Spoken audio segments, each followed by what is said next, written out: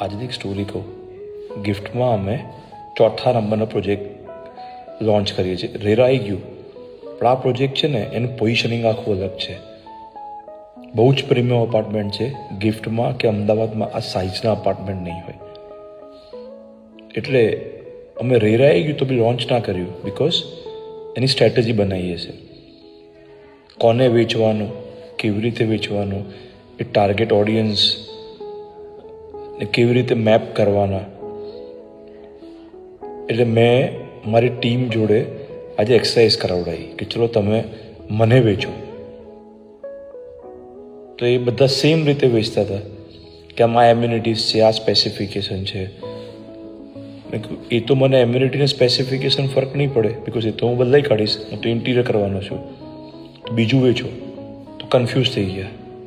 એટલે ઘણી વખત છે ને તમારે ઓન ગ્રાઉન્ડની રિયાલિટી છે ને એ ચેક કરવી ઇમ્પોર્ટન્ટ છે. બિકોઝ તમે જો રોંગ ટાર્ગેટ ઓડિયન્સ જોડે રોંગ રીતે વેચશો ને તો સેલ બહુ લેટ થશે અને એમાં તમે છેલ્લે સેલ્સની જગ્યાએ વ્યાજ પડશો.